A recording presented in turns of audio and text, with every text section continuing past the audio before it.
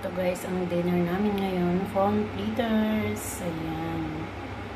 Masarap po siya guys, isang crispy at isang hindi masyadong crispy. Yan po ang paborito po nila dito na prawn fritters guys.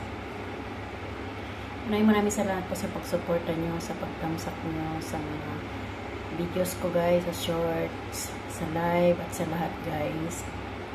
Ayan, kakain po tayo ng prawn fritters. Ayan, napakasarap at napakayami itong recipe na to guys.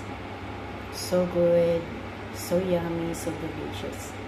Ayan, ang sarap, very crispy guys.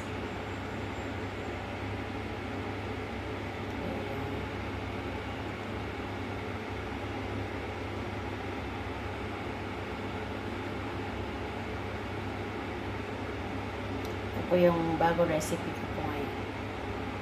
Ayan. Thank you for watching guys. I love you all.